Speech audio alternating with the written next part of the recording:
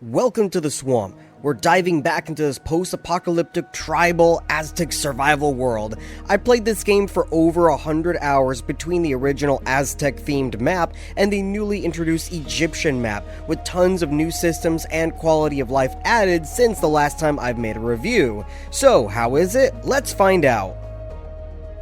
My name is Excalligator, and I review games using a category-based system built for survival, open world, and RPG titles. Each category is rated on a scale from 1 to 5, and if something doesn't apply to a specific game, it will not affect the overall score. Now, let's get started. As I mentioned before, I put over 100 hours into this game. Now, I will also state that while you will see footage of the Egyptian map, this review in particular is going to be on the game as a whole, and primarily about the Aztec map since that is the default game. Any gameplay or unique systems from the DLC I will host on a smaller mini review in a different video.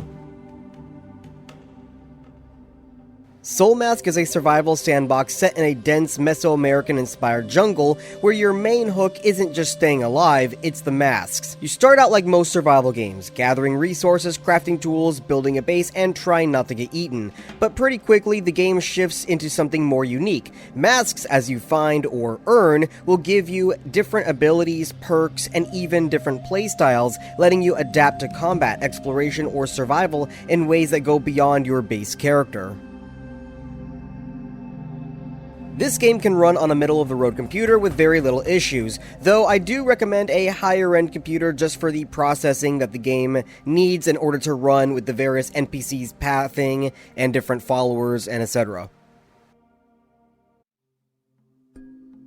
The character creation in Soulmask is pretty bare bones, at least at the start. You're not spending an hour fine-tuning sliders or crafting the perfect face. What you get is simple, kind of functional, and honestly a little bit forgettable, but that is intentional because the game isn't really about who you are at the start, it's about who you become over time. As you play, things will open up much more in an interesting way. Instead of unlocking cosmetics through menus or purchases, you unlock them through the people you bring into your tribe. Every follower you recruit adds new options, hairstyles, tattoos, and sometimes clothing, so your customization actually reflects your progression and the world around you. It turns character creation into something you build organically rather than front-load at the beginning. You're also not locked into anything. Once you have access to the specific workbench, you can change your appearance whenever you want. Sometimes it takes some resources, but it depends on what it is. Then there's the mask itself,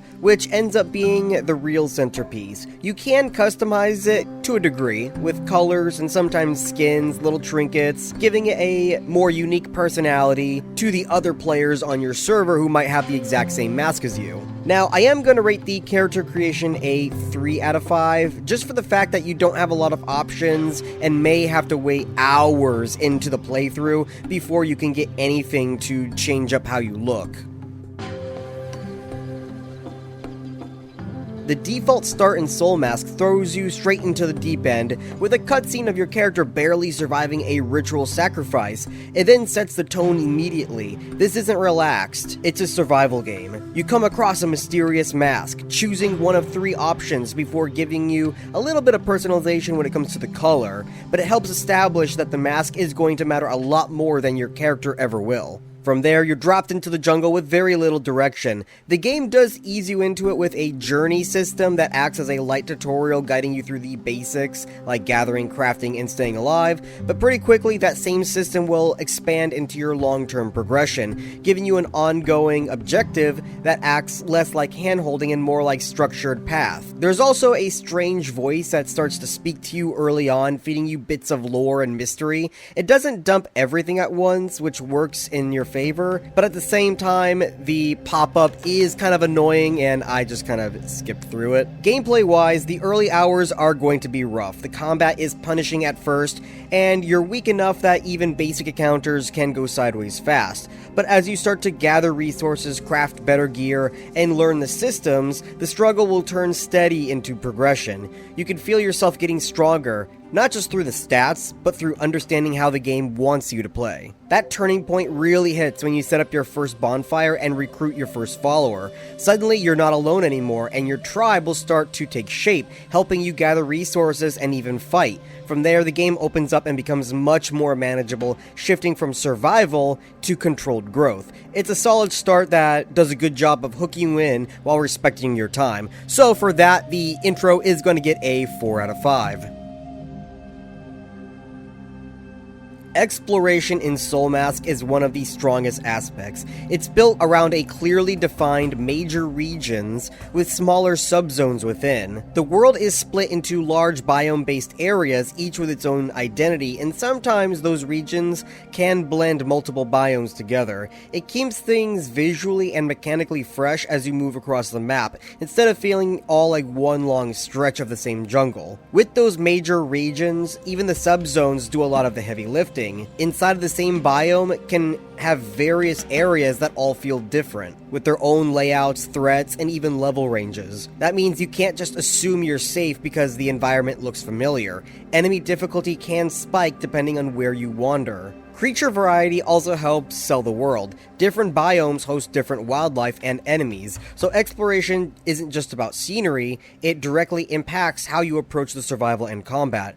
The game leans a little bit more on the static spawning rather than dynamic spawning, which if y'all know me, I hate static spawning. But hey, what can you do? At least we can know the farming spots and safer paths rather than relying on the randomness that you would in Ark Survival Evolved, for an example. Map progression is handled through a fog of war system, but instead of just walking around to reveal it, you need to actively hunt down and defeat enemy scouts. It's a simple twist that ties exploration into combat and makes uncovering the map feel earned rather than automatic. On top of that, the world is packed with landmarks, such as ruins, tribal camps, barracks, caves, dungeons, and animal dens, giving you reasons to keep pushing forward. Each biome also brings its own unique resources, reinforcing the need to explore if you want to progress efficiently. It all comes together in a system that constantly rewards curiosity without feeling aimless. Now, there are mounts in Soulmask, which are a huge quality of life upgrade once you start getting deeper into the exploration.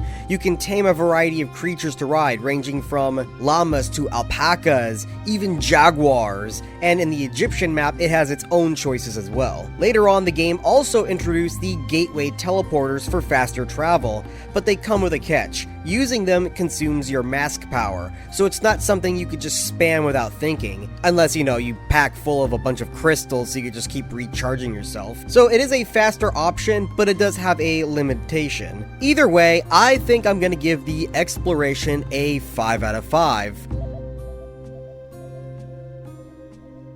Survival in Soulmask starts off pretty unforgiving early on. You're constantly juggling food, water, and sleep while trying not to get wiped out by basic enemies. It creates the classic survival tension where every decision matters and you actually feel the pressure of staying alive, but the intensity doesn't last forever. On my scale of 1 to 3 usually that I say in these videos, where it will either be a survival game where it's always survival, you're always on edge, to progression makes it easier, or survival is a non-issue altogether.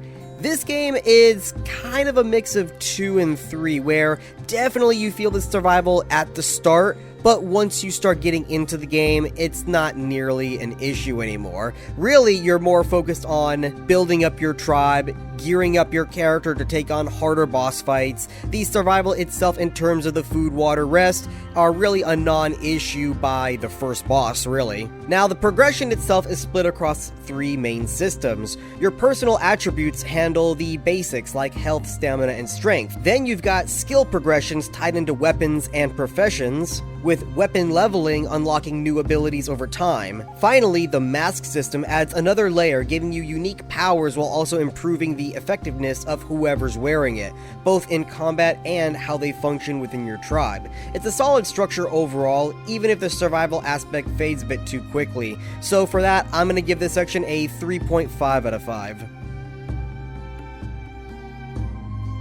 Building in Soulmask gives you a couple of different ways to approach it. You can place structures directly from your build menu, or use the hammer tool for more hands-on construction. In theory, the hammer is your all-in-one tool for building, repairing, moving, and destroying pieces, but when I personally used it, I had a tough time building with it, so I just built the individual pieces and placed them. Now, the individual pieces can have a variety of options within, so all you would need to do is create a wall, and as you go to place it, you can choose between a basic wall, a door frame, a window, etc. There are multiple different building tiers to progress through, with even more added in the Egypt DLC, which keeps things evolving as you advance. That being said, the structures themselves are solid, the decoration side feels a bit lacking. There are some options to make the base feel lived in, but not quite enough to fully customize it or give it a unique identity. It gets the job done functionally, but as someone who likes to go all in on base aesthetics,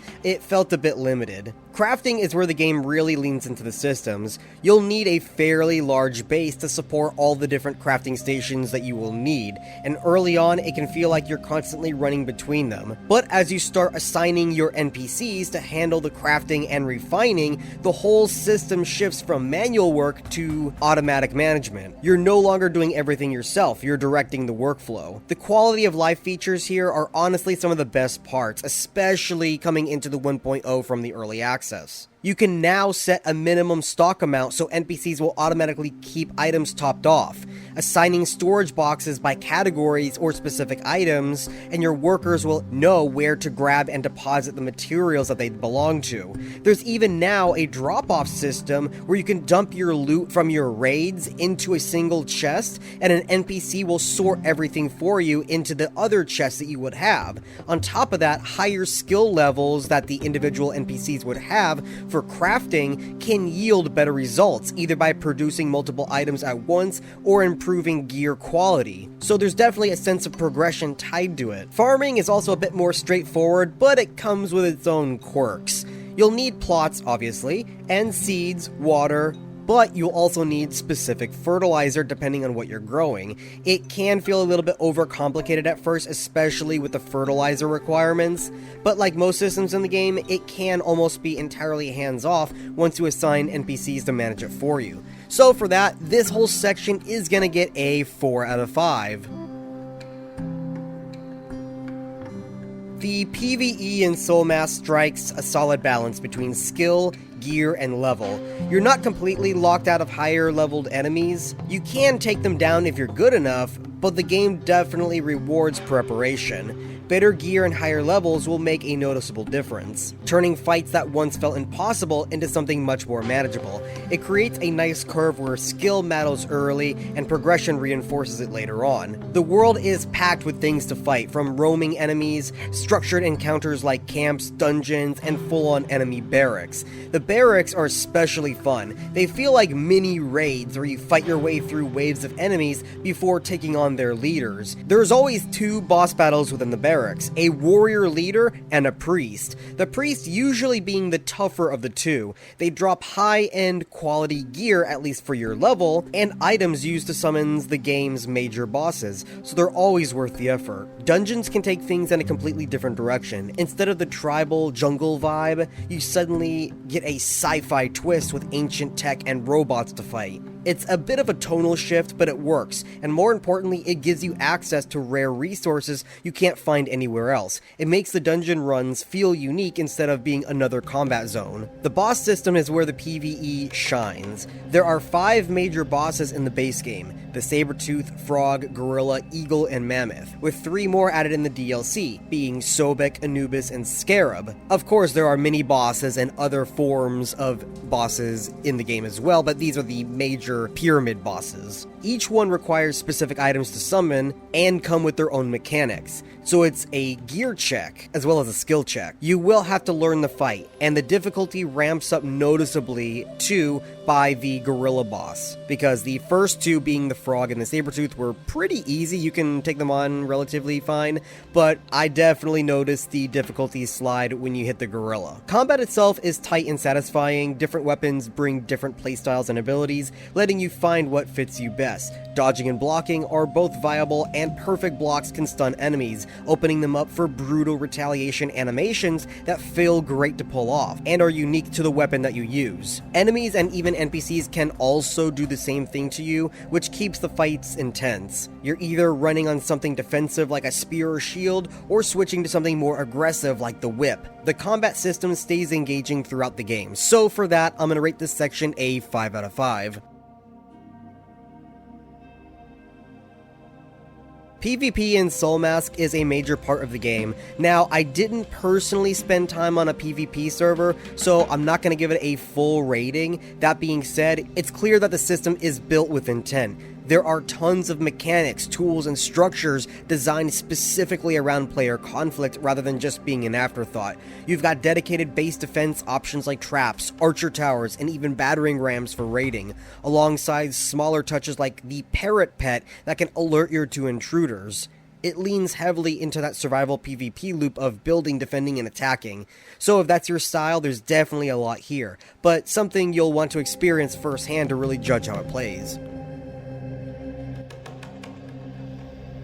The music in Soulmask is honestly one of the quieter strengths. It leans into a very calming, atmospheric vibe that fits the world perfectly, whether you're wandering through the dense jungle, climbing into the highlands, or hanging around your base managing your tribe. I mean, hell, you're gonna hear the music of the game playing in the background of this video. It never feels intrusive, but it does a great job of setting the mood and making the world feel alive. If there's any one gripe that I can pick from, it's the title screen music. It's actually really good, even epic, and more punchy compared to the rest, but it's way too short. It kicks in, gets you hyped, and then it just kind of ends after a minute or two.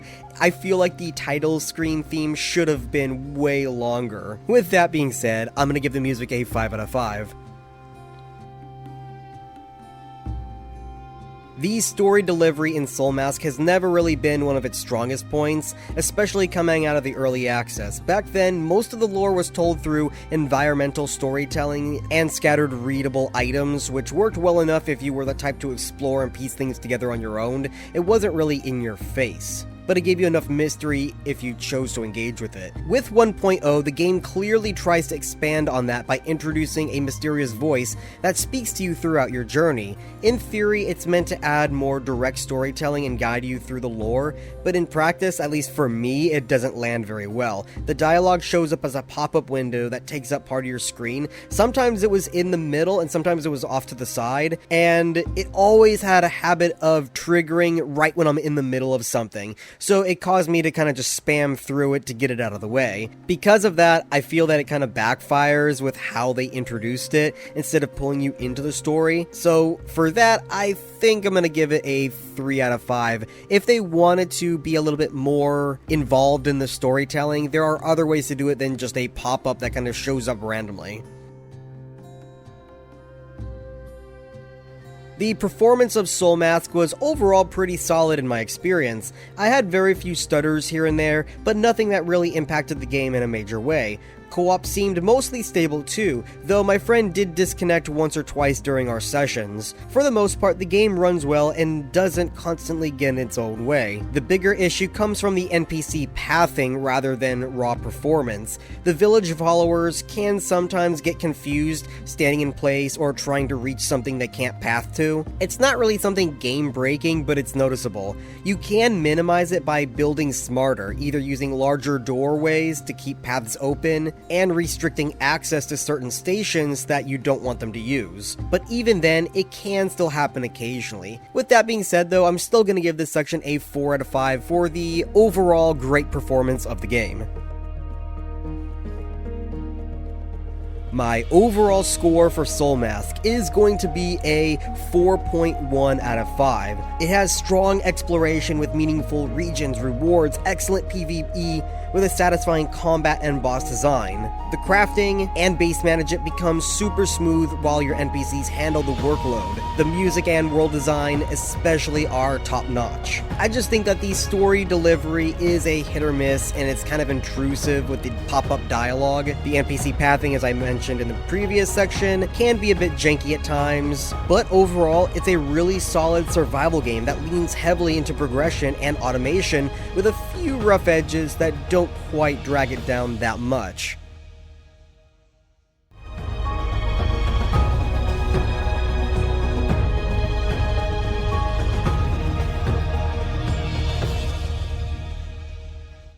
And that is the end of this video. If you enjoyed this review, make sure to subscribe. I'll be diving into more in-depth reviews of open-world sandbox RPG games, including ones no one ever talk about, buried deep in the darkest corners of Steam. Some of them even look like the muck at the bottom of my pond. For pure gameplay content, check out my second channel, Excalligator Gaming, where I post full narrated playthroughs, funny shorts, and streams.